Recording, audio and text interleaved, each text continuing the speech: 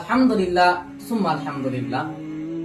সর্বপ্রথম সে আল্লাহ তাবারক ওয়া তাআলার প্রশংসা করি, যিনি আমাদেরকে এই পবিত্র রমাদান মাসে দারিদ্র ব্যক্তিদের পাশে দাঁড় হওয়ার তৌফিক দান করেছেন, তাই আমরা সকলে বলি আলহামদুলিল্লাহ। অতঃপর আমরা আজ এখানে উপস্থিত হয়েছি আল খিদমাহ ইউথ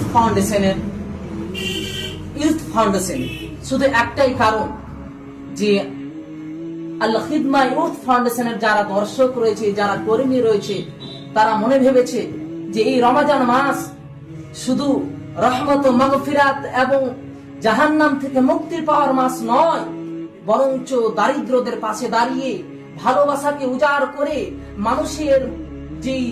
মানুষের চেহারাতে যেই আপনার কান্না রয়েছে, সেই কান্নাকে দূর করে মানুষের পাশে দাঁড়িয়ে ভালোবাসা উতলে উঠে একটি সামাজিক ব্যবস্থা উপার্জন করা এবং ব্যবস্থা পথ চালু করা আমাদের প্রয়োজন, এবং এটা আল্লাহ তাবারক ওয়া তাআলার সন্তুষ্টির মাধ্যম অর্জন করার জন্য আমরা এই একটি ফাউন্ডেশন খুলেছি এবং এই ফাউন্ডেশনের মাধ্যমে একটি জিনিস করতে চলেছি, সেটা হচ্ছে আপনাদের দারিদ্রদের মুখে হাসি ফোটানোর জন্য কাপড় বিতরণ।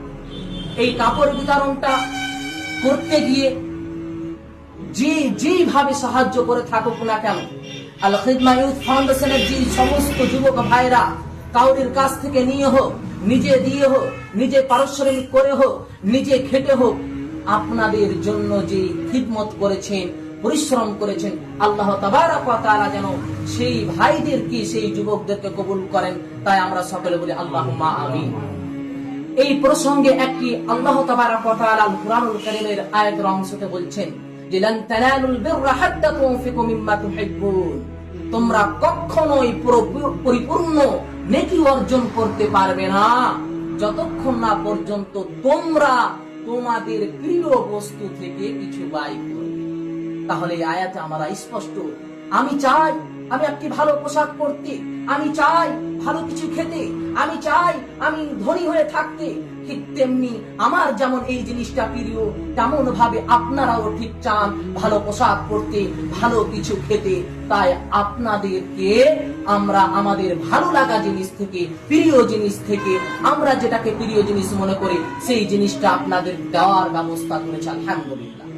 আর একটি হাদিসে আল্লাহ তাবারক ওয়া তাআলা এই লাইনকে, এই যে আজকে আল খিদমাহ ইউথ ফাউন্ডেশন আপনাদের সহযোগিতা করছে, এটাকে সাপোর্ট করতে গিয়ে বলছেন আহাব্বুন নাস ইলাল্লাহ আনফাহুম লিন-নাস, আল্লাহ তাবারক ওয়া তাআলার কাছে সব থেকে প্রিয় বান্দা সেই যে মানুষের সহযোগিতাতে আসে। আমরা কি এই দ্বারা দিয়ে মানুষের সহযোগিতা আসি না? জি আসি, আলহামদুলিল্লাহ।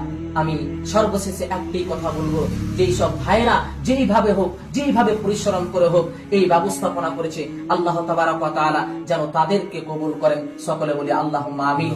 আল্লাহ তাবারক ওয়া তাআলা এই আল খিদমাহ ইউথ ফাউন্ডেশনের যেভাবে মানুষের খিদমতে এসে থাকুক না কেন, সেই সকল প্রকারের খিদমতকে কবুল করেন, সকলে বলে আল্লাহুম্মা আমিন।